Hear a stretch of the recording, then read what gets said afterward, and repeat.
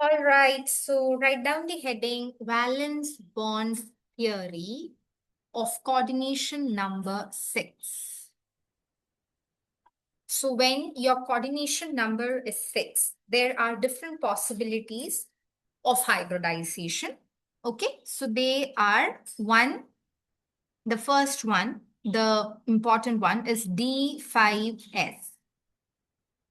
D5S, very rare hybridization, but you have to learn that.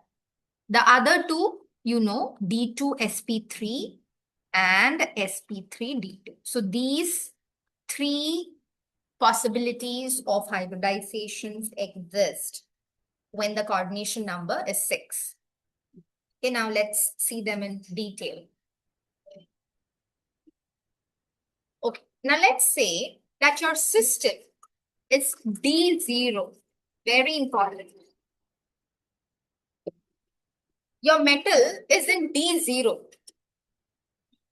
So when your metal is in D0, there are several possibilities, out of which D0 metal with bulky organic, aryl, or alkyl ligands.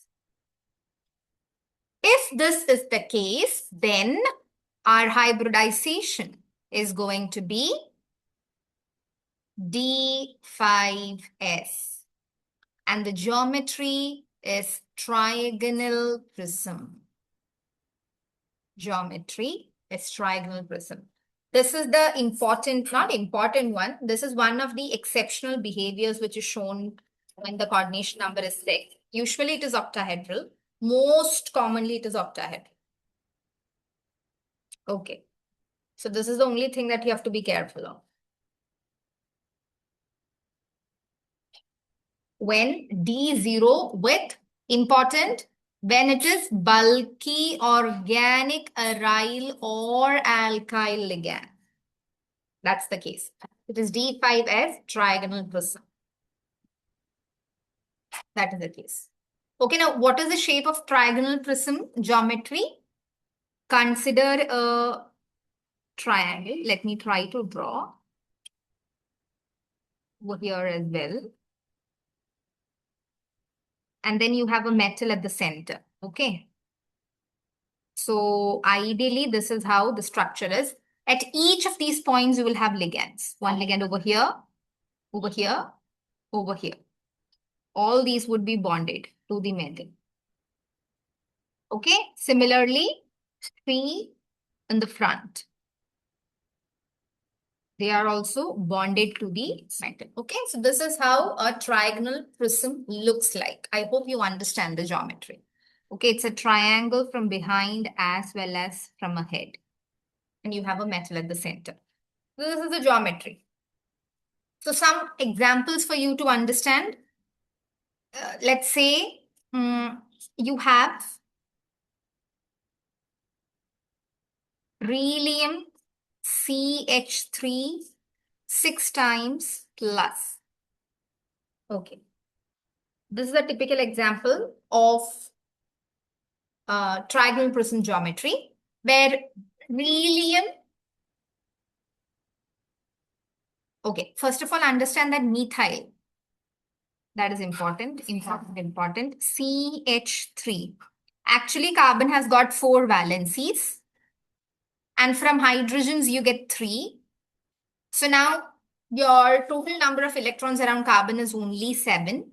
So it accepts one more electron with a negative charge so that its octet is complete and it can act as a ligand. So the charge of methyl over here is -1. Okay. So if the oxidation number of beryllium is X, it belongs to the manganese family. Then 6 ligands of methyl group is equal to +1, which is X is equal to +7. Beryllium in +7. So manganese, beryllium it is. This comes below manganese. So manganese we know is 4s2 3d5. Correct? This is 4s2 3d5. The next one would be 5s2 4d5. And if 7 electrons are gone, it becomes S0 D0.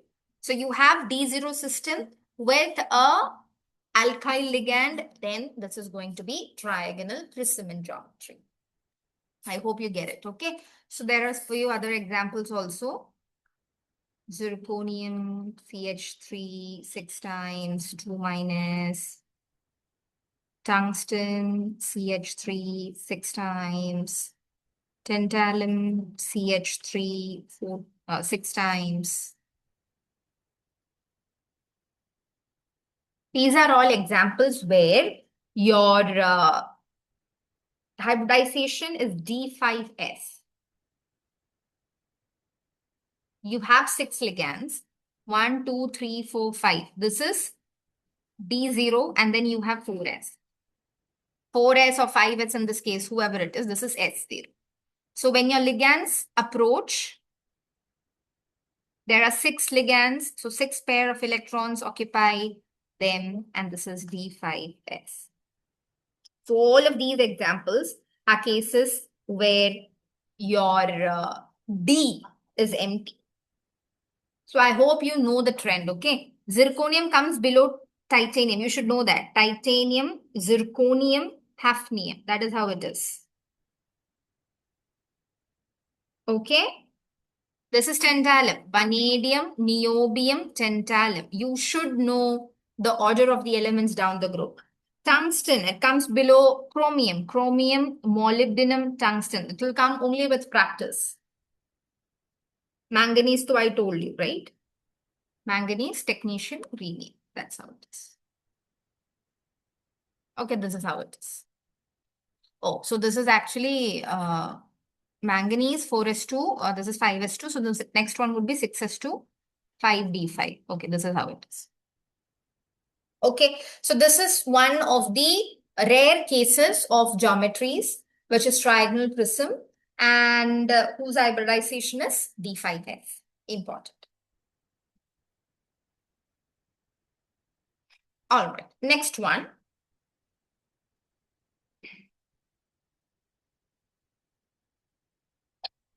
Let's say you have D0 with normal ligands. Inorganic ligands, normal ones. Okay. So in that case, understand. So D0, that means D is empty. Let's take the case of 3D. And then you have 4S. And then you have 4P. This is empty. Your coordination number is 6. So now it is not bulky, it's not alkyl. So that was the exceptional case.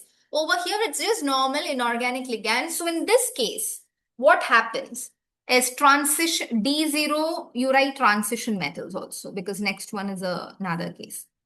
D0 transition metals with inorganic ligands. So here 3D is 0, 4S is 0, 4P. You have 6 ligands. And you know the two other possibilities are D2 sp3 and sp3 D2. Here, all the 5 d orbitals are free, out of which 2 will be taken. Okay? 2 will be taken and the hybridization is D2 sp3 and the geometry is octahedral. Now note, which 2? So we know for the d orbital, there are 5 d orbitals. There are axial d orbitals, which are dx square, y square, and dz square. And there are non-axial d orbitals, which is dxy, dxz, and dyz. These many are there. Okay, axial and non-axial. So you have to note that in octahedral geometry, always, the d orbitals that participate in the hybridization, they are the axial ones only. And why is that so? We'll be learning that in the CFT. Why are they only participating? Okay. So for the time being, you just note this. Why is it so? You will get the answer from the CFT. Okay, so this is another possibility. Now, one more possibility is there that you have D0 non-transition metals, let's say, with again normal ligands, with inorganic ligands. Okay. So in that case, let's say you have Mg H2O 6 times 2 plus. So magnesium is actually 12. Water is neutral. Oxidation state of magnesium over here is Mg2 plus. So this becomes 10. 1s2, 2s2, 2p6. That's all. That's it. Okay. So now you have 3s, you have 3p, you have 3d. These all are vacant.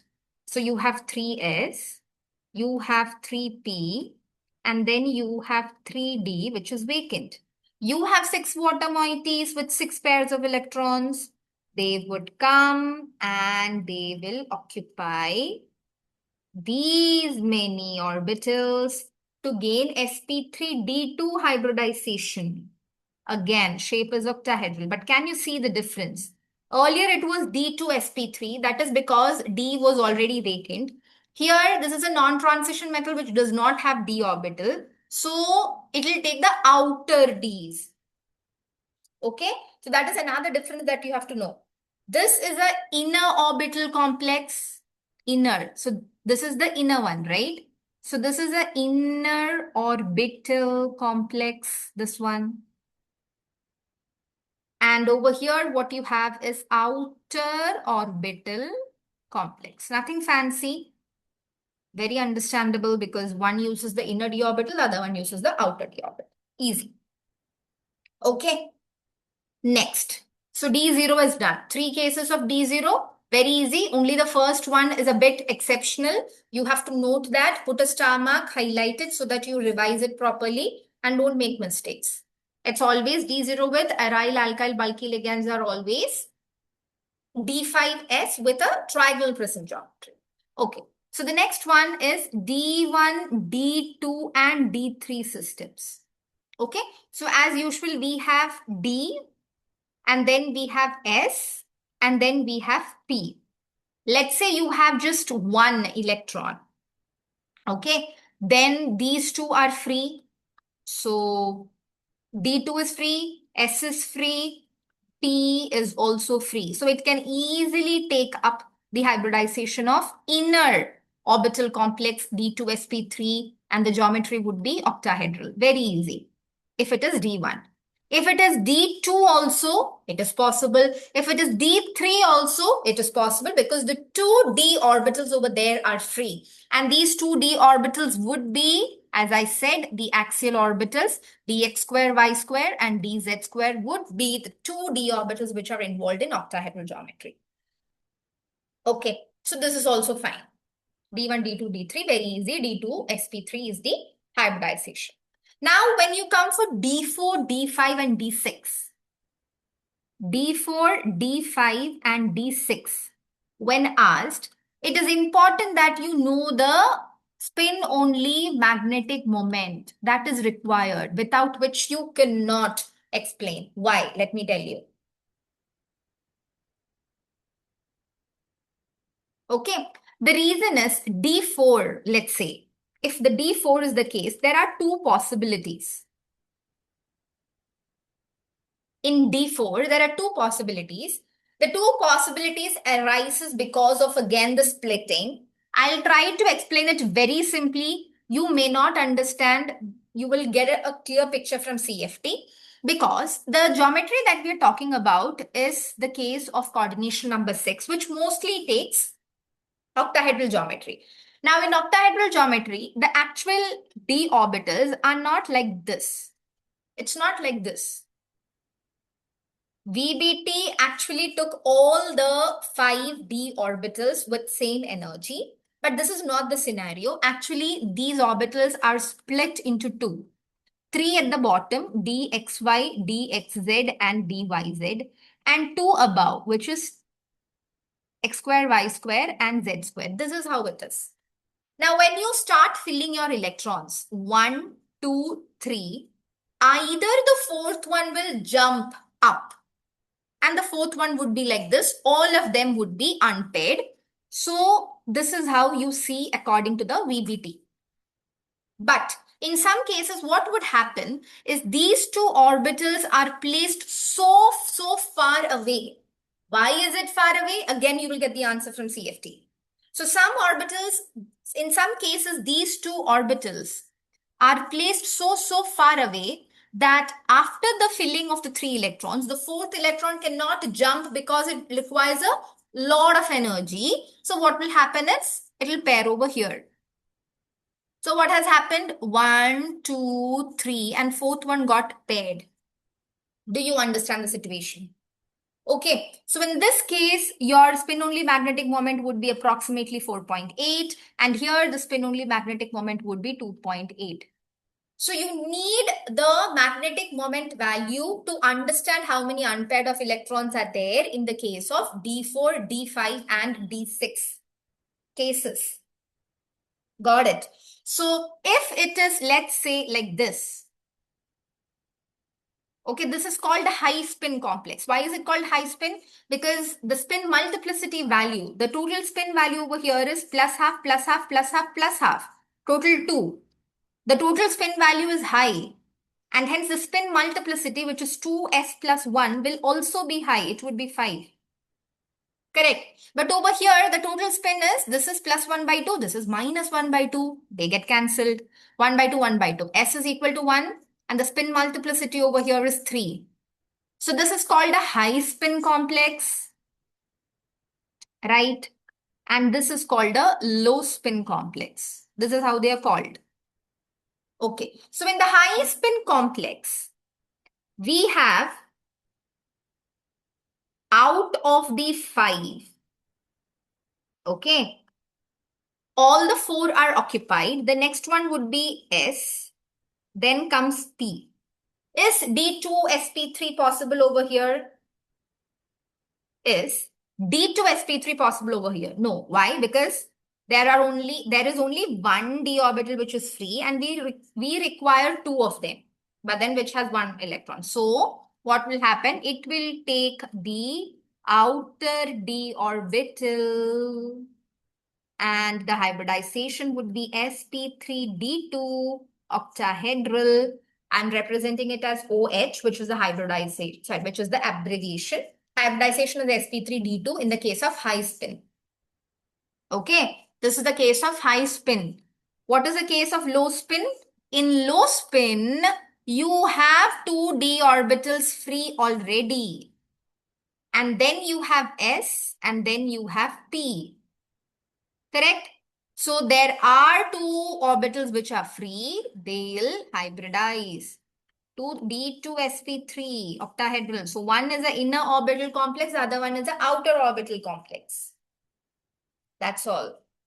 Easy.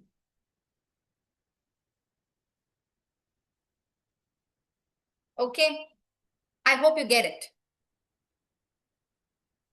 Now, same is the case with D5 as well. You please try D5. So in the case of D5, there are 2 possibilities. One is high spin. Now, I'm not explaining with CFT. It will take a lot of time. So just take it down. You will understand the logic and everything when we discuss CFT. So high spin, the case would be like this. All the 5 orbitals would have 1 electron each. So let's say this is D, any D, it could be 3D, 4D, 5D. Let's say this is 3D. Then you have 4S vacant. Then you have 4P vacant. And then you have 4D. So, of course, none of the d orbitals are free in 3D. So, it would be sp3d2, outer orbital complex forming octahedral geometry. This is the case when it is high spin. Okay, when it is high spin. Now, let's say D5 low spin. D5 low spin. D5 low spin means 1, 2, 3, fourth one cannot jump to the top. Instead, it will get pair over here. If you do not understand that, you just leave it, you will get it for CFT. You just take down this is how it is. Or you get to know that the spin only magnetic moment over here is 1.8 and over here it is 5.8. That's why it is said that this is required. Okay, then let's say this is 3D, this is S, and this is 4P. So 2D orbitals are free over here, easy. So it can take D2sp3, inner orbital complex, geometry again, octahedral, easy. Okay, now you can try D6 also. D6 high spin, let's say. D6 high spin has got a spin magnetic moment of 4.8. Try. So you have D6. Let's say this is 3D. It could be any d orbital. Okay, I'm just drawing so that you can understand the inner and the outer one. This is 4P and this is 4D. So you need to have 4 unpaired electrons and there are a total of 6. So 1, 2, 3, 4, 5. Let's pair 1, 6. So you have got 4 unpaired electrons. So none of the 3D orbitals are free. So this takes up sp3d2. Hybridization, octahedral geometry, very easy. Okay. Now you can have D6 low spin with magnetic moment is equal to 0. So when the magnetic moment is 0, you can understand that there are no unpaired electrons. Every one of them are paired. So 1, 2, 3, 4, 5, 6. Everybody is paired. Okay. So you do have 3D orbitals free. This takes up D2 sp3 hybridization, octahedral geometry. Easy. I hope you get it. Easy. Okay. Now understand that again, why does pairing happen over here? Here there is no pairing. All of this was explained in CFT. So actually, here pairing happens because the ligands which are over here are strong field ligands. Because strong field ligands form a bond. That is the reason why pairing happens over here. While here, first of all, they are singly occupied and then only pairing happens. That is because the ligands which would have been bound over here are weak field ligands. Okay. So again, all these was not mentioned by VBT. This was taken from CFT. This is just for your understanding. So the more you hear, the better it is. Okay. So D6 is done. Next is D7. D7 is an important case. Important. So let's say you have D7 with a weak field ligand. Understand that D7 with a weak field ligand means pairing will only happen after single occupation of all the 3D orbitals. So you have 3D and you have 4S and you have 4P. This is how it is, right? So 1, 2, 3, 4, 5. Everyone is singly occupied and then comes pairing. 7. This is how it is. Now you have 6 ligands, but there are no vacant 3D orbitals. So it will take up the outer D orbitals and the hybridization would be sp3d2 octahedral. Okay.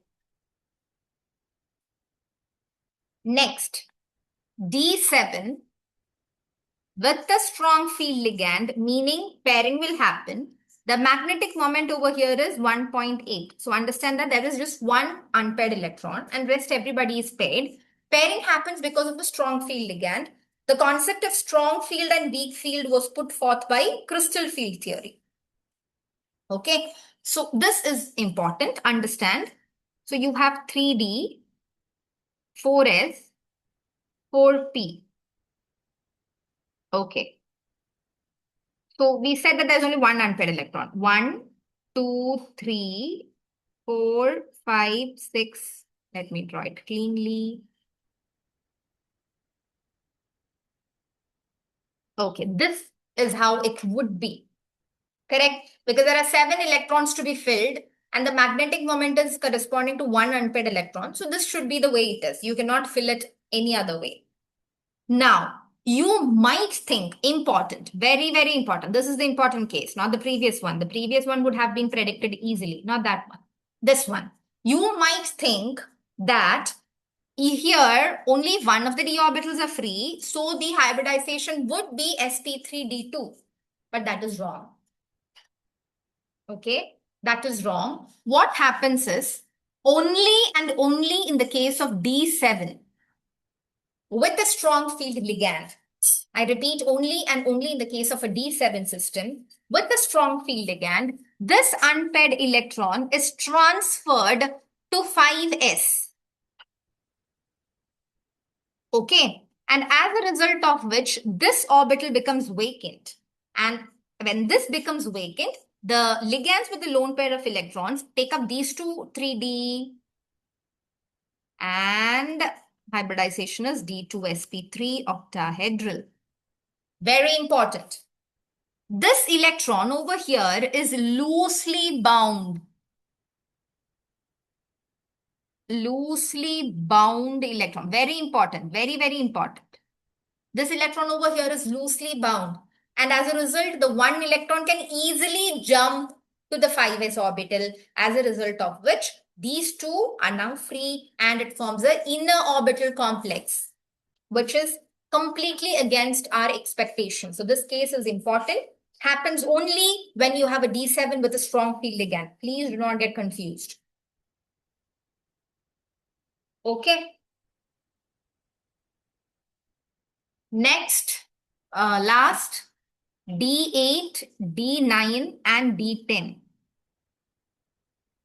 Okay, they are actually easy. 1, 2, 3, 4, 5. 1, 2, 3. 1, 2, 3, 4, 5. Okay. So you have an inner D. You have an outer D. Let's say it is 8. Whether it is strong field or weak field, the configuration of 8 will always be like this. Okay? Whether it is strong or weak, the configuration of 8 will always be like this. Always.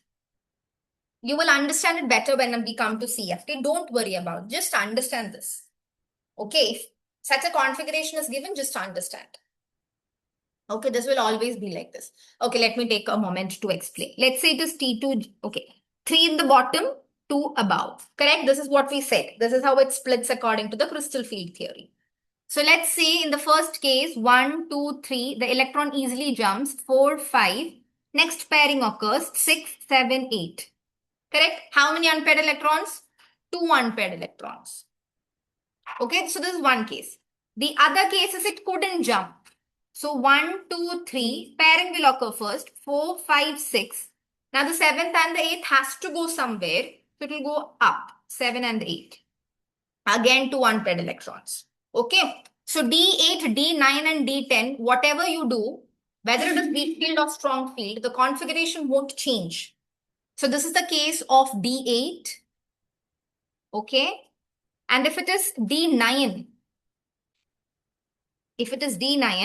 whether it is strong or weak, it will always be like this. There will be 1 unpaired electron. And in the case of D10, whether it is strong or weak, it is going to be like this. Okay. So in all these cases, the hybridization that it would opt is sp3d2 octahedral. This is how it would be. Okay.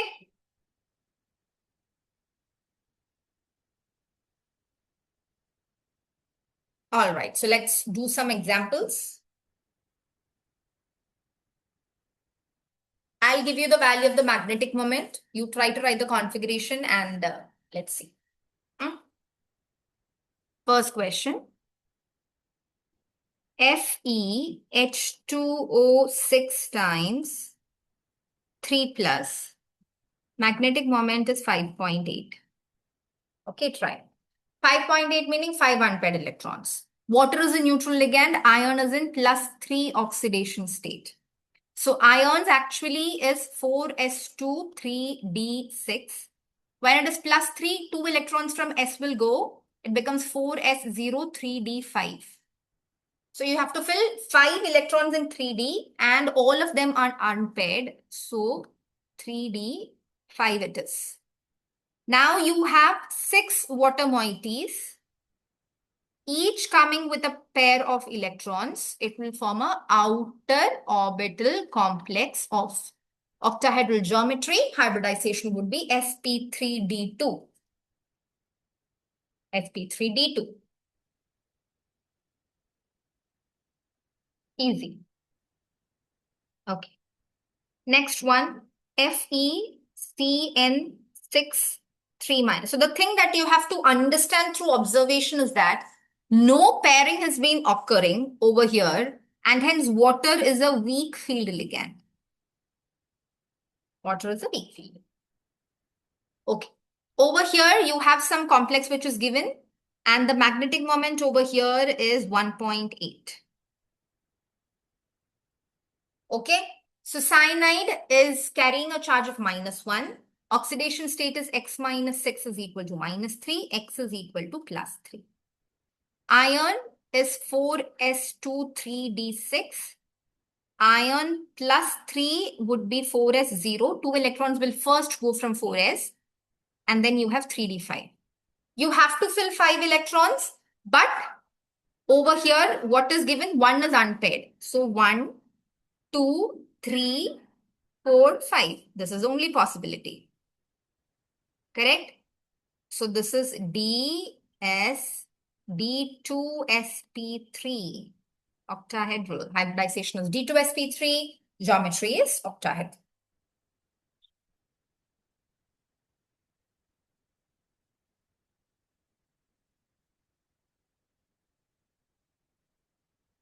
Okay. Next. CO F6 3-. The spin only magnetic moment is 4.8.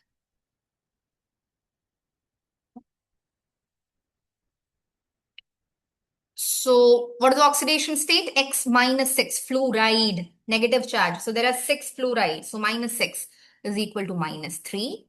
X is equal to +3. What is the configuration of cobalt? It is 4s2 3d7. It should come with a flow. Then cobalt +3 means 2 electrons will go from 4s first, and then you have 3d6. 6 electrons to fill, 4 of them unpaired.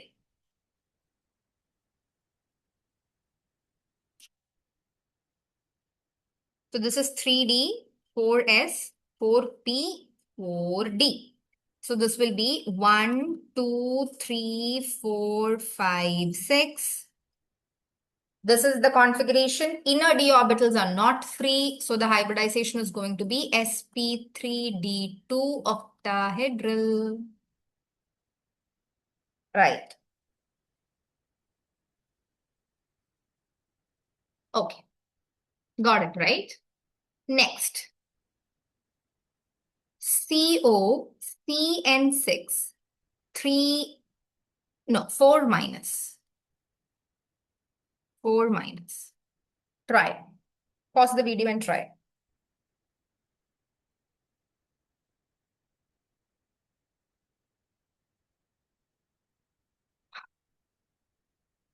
X -6 is equal to -4. X is equal to +2.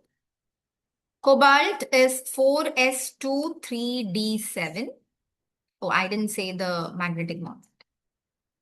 Magnetic moment over here is 1.8. Okay.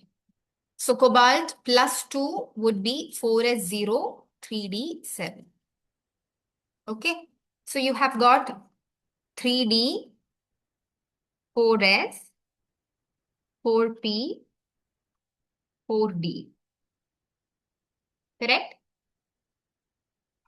7 electrons to fill, and your magnetic moment is just 1.8. That means there's only one unpaired electron. So it should be 1, 2, 3, 4, 5, 6, 7. This should be the way. Okay. So what is the hybridization? If you mark it as sp3d2, then you're not paying attention. You already said this. When you have D7, and if there is pairing, it means it's a strong field ligand. So when you have D7 with the strong field ligand or D7 with just one unpaired electron, this one unpaired electron will move to 5s. Correct? And hence, it is not a outer complex. It is D2sp3, which is a inner orbital complex. Mark this complex as important. Very important.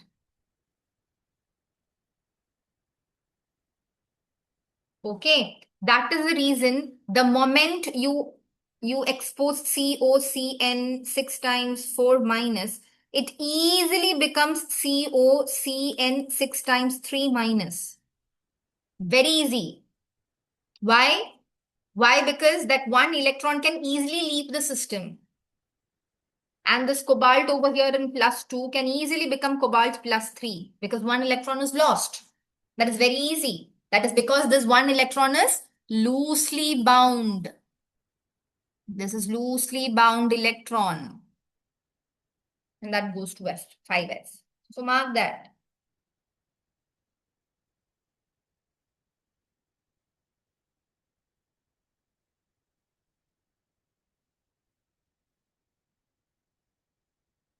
Okay.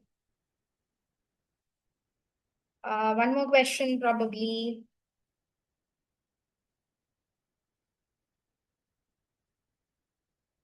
FeH2O 5 times NO 2 plus.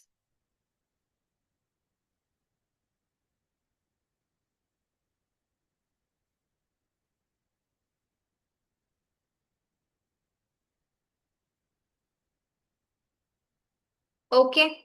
So this is X, neutral. Nitrosyl, we already discussed when in octahedral geometry can adapt both bent as well as linear structures.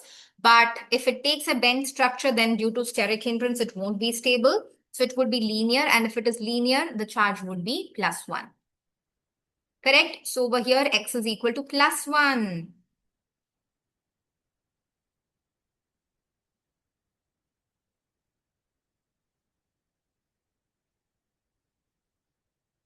So understand, important. Okay, what is ion? 4s2 3d6. You have ion plus. That is 4s1 3d6. Okay. So you have 3d, you have 4s, you have 4p, you have 4d. 6 electrons in d, 1 in s. So now you might think that S is not free, D is also not free. But what happens is nitrosyl over here is actually a strong field ligand, NO plus. NO plus is a strong field ligand, but then water is a weak field ligand. Okay, so NO is strong, which is 1 in number. Water is weak, which is 5 in number. So 5 weak ligands and 1 strong field ligand. So it will pair just 1 electron. 1 electron from 4s will pair and will move to 3d. Now what you have is this S is free. It will adopt a outer orbital complex sp3d2 octahedral. The reason for the pairing is not because it is loosely bound. It is because there is one strong nitrosyl ligand which is capable of pairing the 4s, pushing it from 4s to 3d, and hence making it available for octahedral geometry sp3d2 outer orbital complex. Okay, so I think that is enough. The only thing that you have to be careful of is one, the D0 system when it comes with alkyl, aryl, bulky systems. And the second one is D7 with a strong field ligand, or D7 with just one unpaired electrons will push one electron to 5s because it is loosely bound. That is the only thing that you have to be careful of. Those two important points. Otherwise, rest everything you can do it logically. Okay, so with that, we come to an end of the valence band theory for coordination number 6. Next one, write down the heading valence band theory for coordination number 4. We'll do that in the next class. Okay, so see you in the next.